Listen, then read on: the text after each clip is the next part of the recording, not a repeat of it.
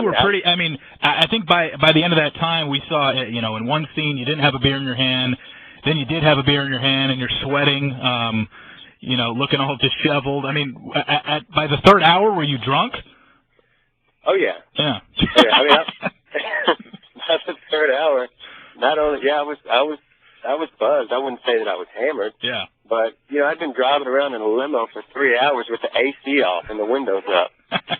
And it was, you know, all because they were like, we're getting too much sound on the mic. I'm kind of wondering if they did that on purpose now. No, I'm sure they did. To make me look like a greasy drunk.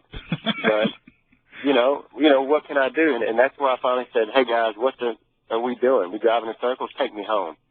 At this point, I was fed up. We had been on the road for 3 hours, man. And, you know, I had a little buzz. I mean, sue me. Yeah, and I think one of the other everybody on the show stayed drunk for 2 months. I mean, you know, they catch me with a beer in my hand, and all of a sudden I'm the devil. Yeah. I don't understand it. I think one of probably the second most memorable quote from Monday's episode was you, Kipton, Ed, and who's the other guy? Oh, Reed. Mm-hmm. Sorry, I slipped my mind there for a second. You guys are all waiting for Jillian to show up at the rose ceremony, right. And looks like you guys are cutting it up, and you make a comment like, hey, boys, if it's not me, just know I'll be back in Texas having lots of sex. Sorry about that. Somebody's dog. That's my sister's little dog. Oh, okay. Explain the sex back in Texas cut up that you had there. How was that portrayed? What did you actually mean by that? That came out of my mouth as well, too. I mean, I did say that. There was no edit there. Why did you say it then, I guess? Because we were all just cutting up, you know. It was the guys are saying, man, I haven't done anything in 2 months. I mean, all the guys talked about that the whole time. I mean, people were talking about, hey, I'm going to go take a 20-minute shower. You know, I'll see y'all here in a little bit. You know, what are you going to do in the shower for 20 minutes? Yeah. I mean, we're all guys. I mean, you get a group of guys together, and you know how we talk. It's not, I don't know, I think people just take things way too serious. Yeah. It's like, oh, God, he said he was going to be having sex in Texas. Well, come on. I mean, get over it. It wasn't that I was trying to be, you know, I don't know how people took it, but with me, you can ask people, I'll say things sometimes, and it's funny to me. And the other guys were, you know, laughing and cutting up as well. So, but they didn't show that. They just showed like these facial reactions from Kipton and Reed and Ed, like, oh my God, this guy, what a jerk. He doesn't want to be here. I can't believe he's disrespecting Jillian like that. It seemed like that didn't happen. I mean, the guys were cutting up. They were talking about. Well, I'm not even going to say it, but guy stuff. They were talking guy stuff, yeah. I mean, this is before she had walked up. We were just kind of standing there, you know, cutting up. Yeah. And sure enough, I promise you, when I said that, they didn't just look at me like, "Oh my God, did you just really say that?" Yeah. I mean, they were laughing and and cutting up themselves. So I don't understand why I'm the guy that, you know, says something and you hear that noise like dun dun dun. Yeah. And it's a weird facial expression. That's because you were cast as the villain, so they needed to find as many villainous quotes that they could come up with. What about when I think this one was when you were at dinner when you said, "I'm looking out for numero uno." I'm right. looking out for me. You said this was shown at dinner. How exactly was that quote taken out of context? That quote was taken out of context because we were talking about there's no guarantees in this, in the outcomes of our relationship. She's dating 3 other guys. I mean, you got 4 guys in an equation here. And I was telling her the reason that I wasn't showing the affection. Then when I told her, hey, you got to help me out here. You know, I don't know what you want me to do. Yeah. And she was like, well, I gave you a rose, didn't I? And I said, yeah, but it's been over 2 weeks since I've seen you. You've been in Spain hanging out. You've had 3 other dates. I mean, I'm really uncomfortable about the whole thing. And I said, you know, and I got to look out for numero uno because nobody else is going to look out for me but me.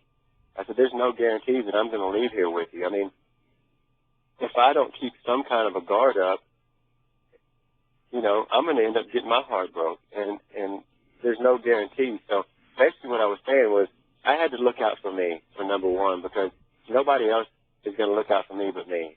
I mean, does that make sense? No, it makes sense. It makes perfect sense. And they took it as, when they showed it on Monday, they showed that answer that you gave right after a question where she was, asking you something about you guys or yourself, and it just made it seem like you totally dismissed her and said, "Look, hey, I'm here for me, and right, and I'm here to. It's all about me." And they try to portray me as a guy that has no feelings, who has no heart, who is just, they were saying the most infamous bachelor ever. I looked that up, and infamous means evil of the worst kind, and I'm sitting there thinking, man, I have a huge heart, It really honestly, I'm really bitter towards the show just to watch back and just see the character that they tried to make me out to be. It's really disheartening. Look, I wouldn't have stayed on the show for as long as I did if Jillian thought that I was a complete asshole. Yeah. It just wouldn't have happened. And the producers would have made sure that it didn't happen either, Or they would have kept me on there. I don't know. At this point, I'm so confused about the whole thing. Like, everything that I'm seeing is totally opposite from the person that I am. And there's a big thing coming up this week. The Men Tell All episode tapes this Saturday in Los Angeles, correct? Yeah. What is your status on that? I mean, are you going, or what do you think can come out of this? I'm kind of caught between a rock and a hard place, Steve, and there's not a whole lot of wiggle room.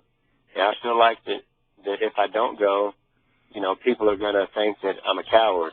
And then if I feel like if I do go, I'm going into a firing squad. I have no way to defend myself. I have nothing, I have nothing to gain but everything to lose if I don't go, or if I do go. It's a catch-22.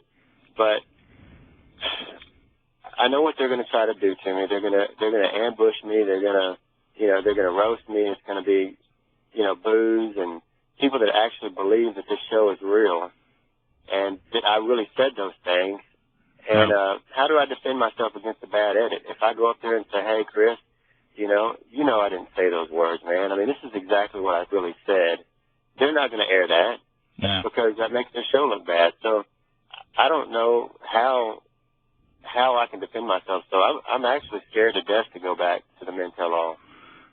Yeah, I mean, I was thinking about it, and I'm thinking, like, okay, if Chris has you up on the hot seat and asks you, "Hey, Wes, defend yourself. What did you mean when you said you were the first guy in Bachelor history to make it to the Final Four with a girlfriend?" There's no way they're going to let you give the answer that you gave me tonight. That would be going against the character that they created for you, and it would be admitting, essentially, that their show is a fraud. And so I'm with you on this in terms of I don't know what you can do because, like you said, if you don't show up, people are going to say he's a coward, he's running from it, he doesn't want to address what he said. And if you do show up, they're not going to air the answers that you gave tonight and air the answers about, look, this is what I got edited horribly.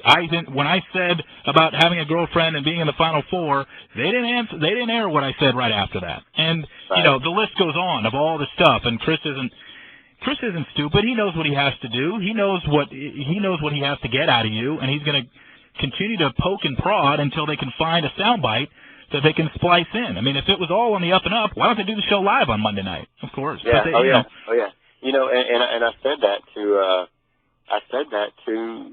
the producers. I said, look, if the show is live, I'll do it. And they're like, no, well, Wes, it's sort of live. It's live to tape.